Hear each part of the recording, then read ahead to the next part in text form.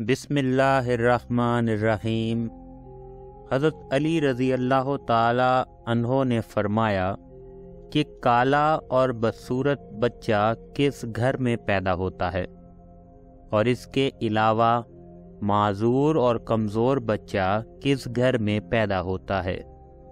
ناظرین و سامعین، ایک مرتبہ ایک شخص اپنی بیوی کو ساتھ لے کر حضرت عمر رضی اللہ تعالی عنہ کی بارگاہ میں حاضر ہوا اور عرض کرنے لگا، یا امیر المومنین، میں سرخ رنگ کا ہوں اور میری یہ بیوی بھی سرخ رنگ کی ہے، لیکن میرے یہاں پر بچہ کالے رنگ کا اور بدصورت پیدا ہوا ہے۔ یا امیر المومنین، یہ میرا بچہ نہیں ہو سکتا ہے، یہ کسی اور کا بچہ ہے۔ مجھے لگتا ہے کہ میری اس بیوی نے امانت میں خیانت کی ہے۔ تو یہ سن کر اس کی بیوی زارو قطار رونے لگی اور روتے روتے کہنے لگی کہ یا امیر المومنین، میں نے کبھی بھی خیانت نہیں کی ہے، یہ بچہ میرے اس شوہر کا ہے، میں نے اس کے ساتھ ہمیشہ وفاداری کی ہے۔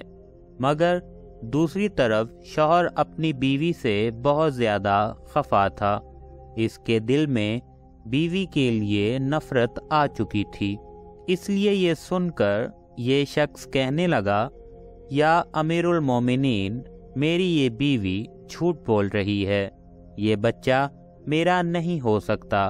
یہ سن کر حضرت عمر رضی اللہ تعالی عنہ سوچ میں پڑ گئے اور سوچنے لگے کہ اب اس معاملہ کا کس طرح حل کیا جائے۔ اس کے بعد حضرت عمر رضی اللہ تعالی عنہ اس شخص اور اس کی بیوی کو ساتھ میں لے کر حضرت علی رضی اللہ تعالی عنہ کی خدمت میں حاضر ہوئے تاکہ اس معاملے کا کوئی حل نکالا جا سکے۔ حضرت علی رضی اللہ تعالی عنہ نے میاں بیوی کی باتوں کو سن کر پھر اس شخص سے فرمایا، اے شخص، پہلے تم مجھ سے ایک وعدہ کرو کہ تم سے یہاں جو بھی بات پوچھی جائے گی تم ان کا سچ سچ جواب دو گے۔ تو یہ سن کر اس شخص نے وعدہ کیا اور کہنے لگا، حضرت علی، آپ مجھ سے جو بھی سوال کریں گے میں اس کا سچ سچ جواب دوں گا اور جھوٹی بات اپنی زبان پر نہیں لاؤں گا۔ یہ سن کر حضرت علی رضی اللہ تعالی عنہ نے فرمایا، اے شخص، سچ سچ بتاؤ، کیا تم نے اپنی بیوی کے ساتھ حالت حیض میں مباشرت کی تھی؟ یہ سن کر وہ شخص تھوڑی دیر تو خاموش رہا، پھر کہنے لگا، ہاں یا حضرت علی رضی اللہ تعالی عنہ، میں نے اپنی بیوی کے ساتھ اس حالت میں مباشرت کی تھی جب وہ حالت حیض میں تھی۔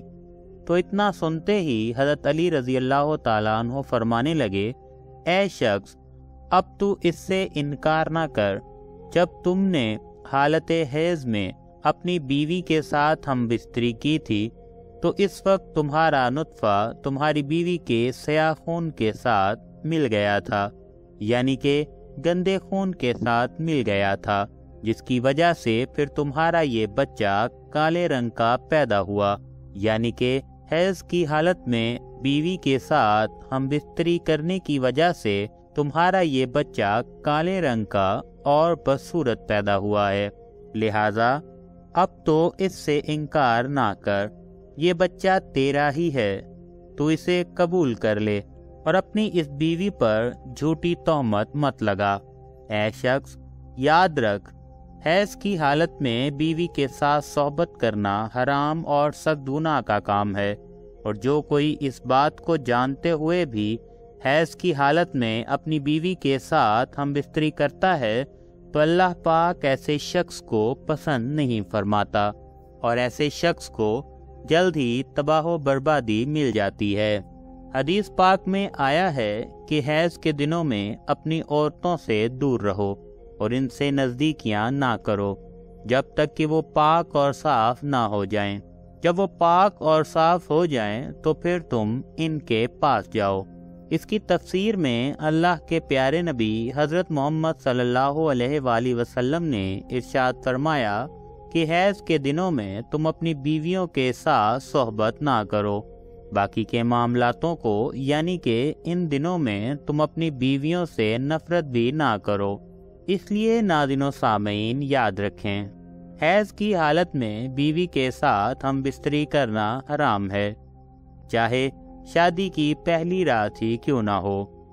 اگر کوئی شخص اس بات سے انکار کرے گا اور اپنی بیوی کے ساتھ حیض کی حالت میں صحبت کرتا رہے گا تو ایسا شخص ایمان سے خارج ہو جائے گا، اور پھر ایسے شخص کو اس دنیا میں ہی اللہ تبارک و تعالی تباہ و برباد کر دے گا۔ اس لیے آپ اس گندے اور بیہودہ کام سے اپنے آپ کو ضرور بچائیں۔ اب ناظرین، آپ کو بتاتے چلیں کہ معذور اور کمزور بچے کس گھر میں پیدا ہوتے ہیں۔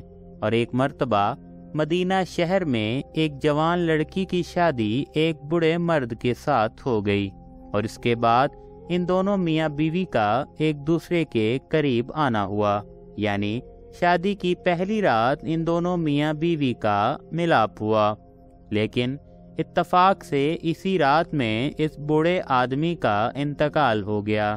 اب کیونکہ ان دونوں کا ملاپ ہو چکا تھا، اسی لیے وہ جوان لڑکی حاملہ ہو گئی، اور پھر کچھ مہینوں کے بعد اس عورت کو بچہ پیدا ہو گیا۔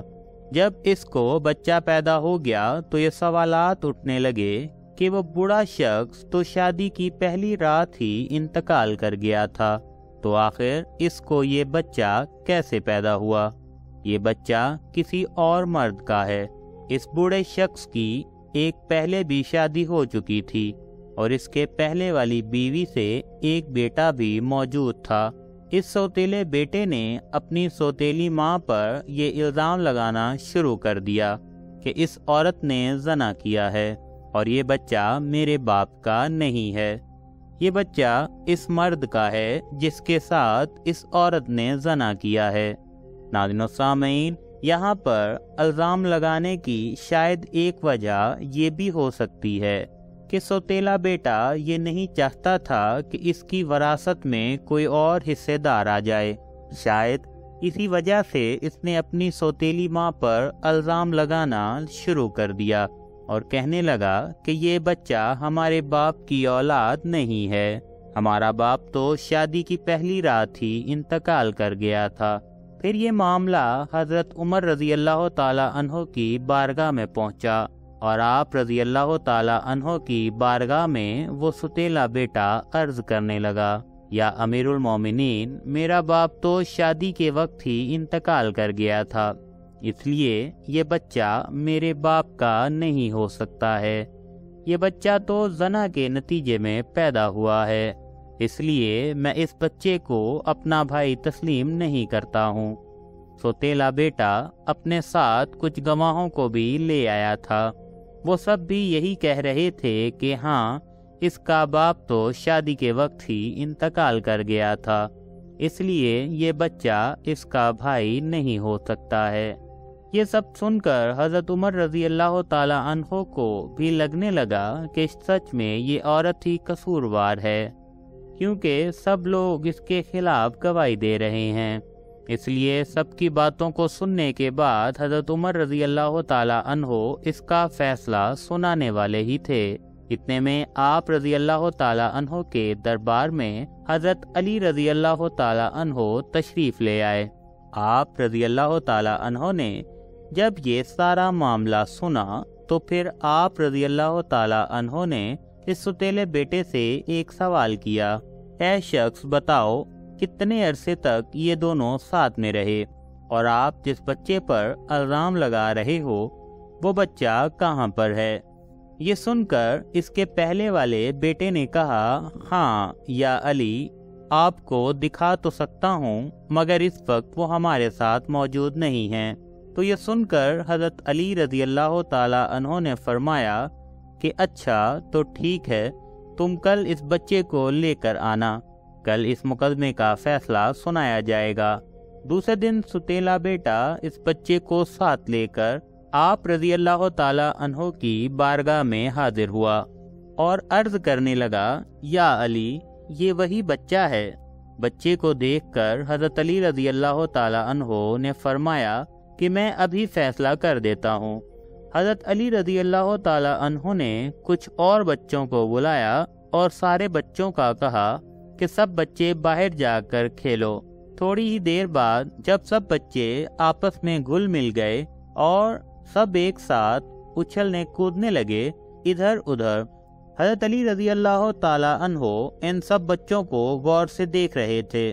اس کے بعد آپ رضی اللہ تعالیٰ عنہ نے ان بچوں سے کہا، اے بچوں، سب ایک ساتھ بیٹھ جاؤ۔ یہ سن کر سارے بچے ایک ساتھ زمین پر بیٹھ گئے۔ پھر آپ نے فرمایا کہ تمام بچے ایک ساتھ کھڑے ہو جاؤ، تو سارے بچے کھڑے ہو گئے۔ آپ رضی اللہ تعالیٰ عنہ ان بچوں کو غور سے دیکھ رہے تھے۔ آپ رضی اللہ تعالیٰ عنہ نے دیکھا کہ وہ سارے بچے بڑی ہی آسانی سے بیٹھے بھی اور اٹھے بھی، لیکن اس بچے کو بیٹھنے اور اٹھنے میں کچھ دقت کا سامنا کرنا پڑا، جس بچے پر الزام لگایا جا رہا تھا۔ یہ دیکھ کر پھر حضرت علی رضی اللہ تعالیٰ عنہ نے فیصلہ سنایا۔ آپ رضی اللہ تعالیٰ عنہ نے فرمایا کہ یہ بچہ اسی بوڑھے شخص کا ہے، یہ کسی اور مرد کا بچہ نہیں ہے، کیونکہ اس بچے کا باپ بوڑھا تھا، اس لیے اس میں کچھ کمزوری نظر آ رہی ہے، اور باقی کے بچے جوان مردوں کے بچے ہیں، اس لیے وہ سارے تندرست ہیں۔ اللہ پاک ہمیں بہتر عمل کرنے کی توفیق عطا فرمائے اور ہمیں پرسکون صحت مند زندگی عطا فرمائے، آمین یا رب العالمین۔ ناظرین و سامعین، کمنٹ باکس میں اللہ پاک کے 99 ناموں میں سے ایک نام ضرور ٹائپ کریں۔ اللہ پاک کے 99 نام جس کو زبانی یاد ہوتے ہیں، انشاءاللہ تعالی اللہ پاک اسے جنت میں اعلیٰ مقام عطا فرمائیں گے، اور جب آپ کے لکھے ہوئے نام کوئی پڑھے گا تو ثواب بھی ہوگا۔ بے شک اللہ تعالی ہر چیز پر قادر ہے۔